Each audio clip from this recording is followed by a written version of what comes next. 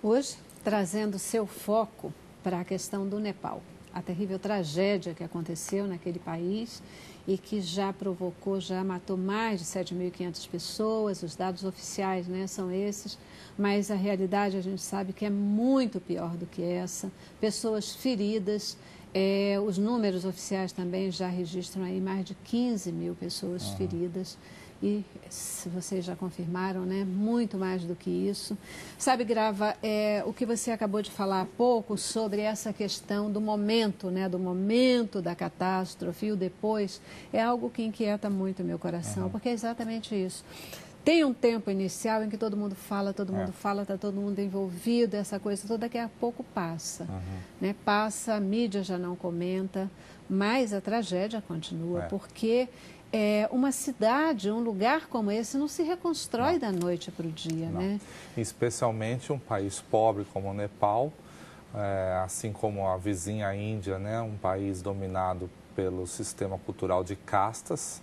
Então você tem lá diversas castas, as mais ricas, as que são uma minoria, mas ao mesmo tempo são as mais privilegiadas. E as grandes castas, aquelas que são majoritárias, mas são muito pobres. A ajuda não chega para elas, né? E aí, com o passar do evento, meses à frente, elas estão extremamente carentes de ajuda, porque a ajuda internacional foi embora, os recursos que chegaram nesse momento estão acumulados no aeroporto, terminam, e é o momento que mais precisa de ajuda, e aí é a hora que o brasileiro precisa se reapresentar, dizendo agora eu quero ir, agora estou pronto para ir. Para ter uma ideia, o planejamento da Cruz Vermelha para o Nepal é de 1 ano e meio. Foi feito um chamamento com todos os países, 17 países estão lá, de 33 milhões de francos suíços, dá 110 milhões de reais, para 1 ano e meio. Agora, é importante dizer o seguinte, esse período da recuperação e da reconstrução é o pior momento, porque quem não entende, quem não conhece, quem não é um profissional da área, olha, acha que aqueles primeiros dias são os piores, mas o período de recuperação é o pior. Exemplo, uma leptospirose. Quando ele tem contato, de 9 a 11 dias que ela vai se manifestar. Então, algumas doenças começam a se manifestar depois. A ficha, psicologicamente, das pessoas, lá na frente começa a cair. Então, o pior momento é exatamente esse momento da recuperação e da reconstrução, que muita gente já saiu.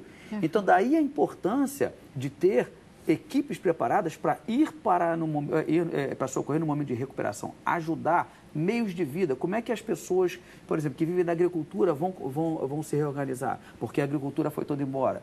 E outros meios de vida. Então, é importante que a gente desenvolva e motive a formação de equipes para o período de recuperação. Porque no período de socorro, todo mundo quer ir. Eu me lembro que eu estive em Tacloban, nas Filipinas. Ficou famosa Tacloban nos primeiros dias, porque um jornalista da TV Globo esteve lá e dizia, estou aqui em Tacloban, onde foi praticamente ali o centro da passagem do furacão. Eu estive lá 10 meses depois, eu quase não vi outras equipes socorrendo. Mas a ajuda ainda era muito necessária, as pessoas ainda estavam reconstruindo as suas casas, muitos doentes, né? Muita gente que não estava dormindo há 10 meses. Né? Nossos psicólogos atenderam pessoas dizendo assim, eu não consigo dormir, doutor. Há 10 meses eu fecho os olhos e ainda vem aquele som ensurdecedor e o sinal e eu não consigo dormir. Imagina uma pessoa 10 meses tendo insônia. Né? Então a ajuda se faz muito necessária. Então eu faria um clamor assim, aos seus ouvintes, né, que assistem ao seu programa, que pensem nisso, né? Passado esse momento de empolgação, a ajuda vai continuar sendo necessária. Então, a gente precisa de pessoas. E que esses ouvintes, né, eles possam também levar esse clamor às suas igrejas, né? Às suas igrejas, às suas instituições, para que a gente possa efetivamente ajudar. Manter a ajuda. Isso é fundamental. André, ainda dá tempo de treinar nessa questão, né? A gente olhando a médio e longo prazo, ainda dá tempo de treinar. Como que você pode ajudar com a sua instituição, que é como Prontos para a Missão. Prontos para a Missão. Com certeza. É um programa de capacitação em missões especiais. Nós capacitamos na área de saúde, na área de suporte psicológico e psicossocial, na área de inteligência e operações, e em diversas áreas de cães também. E existem cursos que duram 4 horas. Numa manhã, por exemplo, instrução sobre raio, como se prevenir e se proteger dos raios. Em 4 horas. Existem diversas formações que a gente pode fazer rápido. E lembrando assim, não é só Nepal. O Brasil é um dos países que tem mais desastre natural do mundo. do mundo. E a gente precisa se preparar para o nosso país também. Verdade, verdade. Para os nossos. Então, nós estamos à disposição, simples, sem burocracia, totalmente viável, sem fins lucrativos. É um programa de missões para o povo de Deus. Aqui no Rio, além do Rio, em todo o Brasil, como é que é? O Brasil inteiro. No Brasil inteiro. É muito interessante isso, porque a Junta de Missões Mundiais e outras agências missionárias, durante décadas, investiram seus esforços, recursos humanos e financeiros no envio de teólogos e plantadores de igreja. De alguns anos para cá, o mundo precisa de um novo modelo de missionário. Abriu-se espaço para o modelo do missionário educador, do missionário esportista, do missionário profissional e agora também do missionário pronto para trabalhar em áreas de catástrofes, porque com o aumento dessas tragédias e esse intervalo cada vez menor entre uma e outra, então nós estamos falando aqui do terremoto que houve no Nepal há 10 dias, mas nessa noite houve um terremoto do mesmo grau que aconteceu em Papua Nova Guiné. Então, pode ser que daqui 5 ou 10 dias aconteça um outro terremoto, uma erupção de vulcão ou um tsunami em algum lugar e novamente precisar de ajuda. E é importante a igreja saber que quando um tremor, quando uma tragédia, um tsunami como esse acontece em algum lugar do mundo, ela é uma ótima oportunidade para nós enviarmos missionários, porque eles não escolhem lugar, não é mesmo, Celeste? Países pobres ou ricos, fechados ou abertos para o Evangelho, todos sofrem.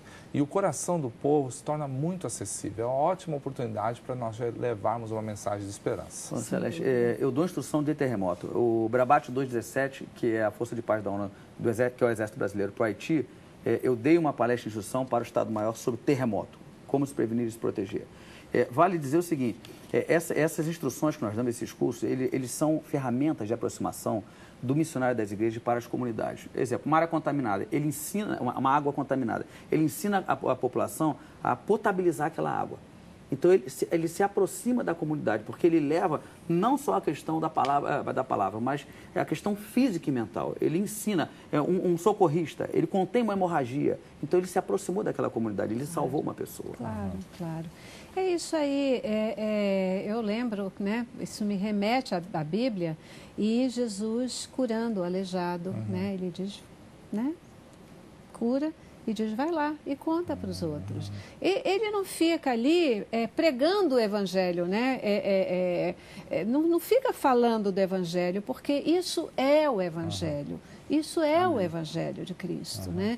Eu acho que é dessa forma que a gente consegue ser sal e luz, que a gente consegue falar do amor de Jesus, porque você cuida do corpo e depois a alma, né, vem. Essa questão que você estava falando, André, também do tempo, os efeitos psicológicos da tragédia, eles não vão se apresentar de uma forma imediata, mas daqui a pouco essas pessoas começarão a sentir esses efeitos psicológicos, os efeitos físicos da falta de alimentação, os efeitos na saúde da questão da contaminação, do que acontece, né, da proliferação de bactérias e etc. por lá.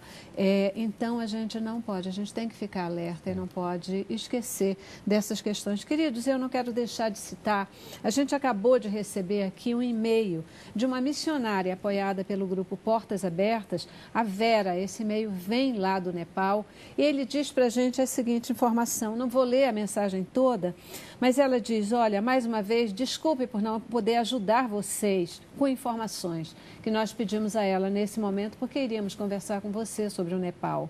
Ela diz, obrigada pelo interesse, estejam orando por uma distribuição justa das doações vindas do exterior.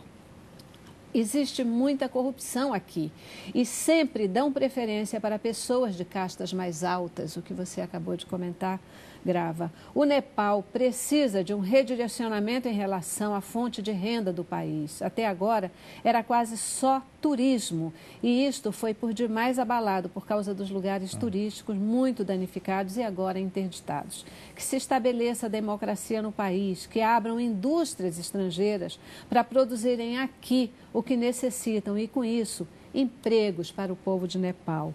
Creio que o terremoto não está abalando só a terra, mas o governo e o futuro do Nepal também. É uma mensagem que chega de lá agora. Queridos, como é que a gente pode garantir que os recursos que estão sendo aportados para essas vítimas, eles efetivamente cheguem no Nepal?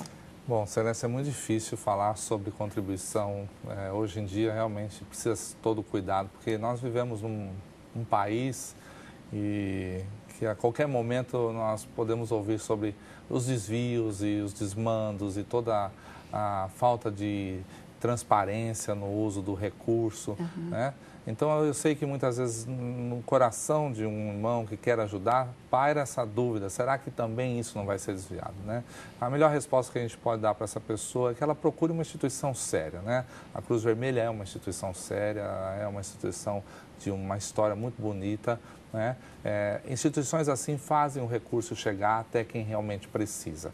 Eu tenho ido muito ao Haiti e posso confirmar a suspeita de muitas pessoas. O dinheiro realmente é desviado. Quando não é enviado pelos canais corretos, ele é desviado. A Junta de Missões Mundiais, ela tem os seus canais também, né? Então, nós estamos trabalhando em parceria com as igrejas nepalesas. Essa semana, esses observadores levaram a primeira remessa dos recursos que foram ofertados nos últimos 10 dias. E eles serão entregues diretamente nas necessidades desses irmãos e das suas igrejas. Então, não há um intermediário, né?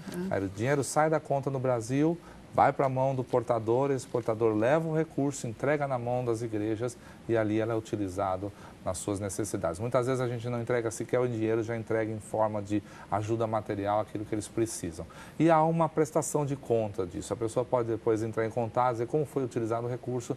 Nós temos lá toda uma prestação, porque a junta ela é auditada, tem uma auditoria que fiscaliza todas as contas. Então, aquilo que vem para ser utilizado na ajuda ao Nepal não pode ser usado para outras formas.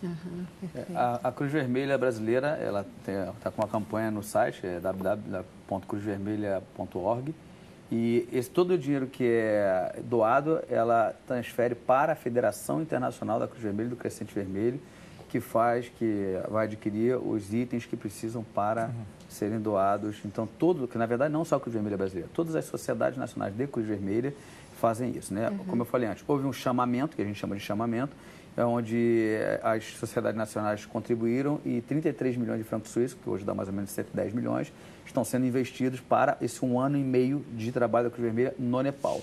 Mas quem quiser contribuir pela Cruz Vermelha brasileira, cruzvermelha.org, pode contribuir. E o Prontos para a Missão, nós queremos servir. Então, a contribuição das igrejas é nos convidar para a gente dar os cursos, instalar o programa e capacitar e ajudar. Perfeito. Eu já vou aí para o nosso último intervalo e eu volto. Queria que vocês dissessem para o nosso público, quem quiser participar, além de contribuir, pode participar como? Que forma, além da doação do recurso, se é que existe outra forma, né, que vocês podem indicar. Quem estiver disposto a servir a Deus ou fazer missões com a sua profissão, se pode nesse momento se engajar e como, né? Já no nosso bloco final. Vamos lá.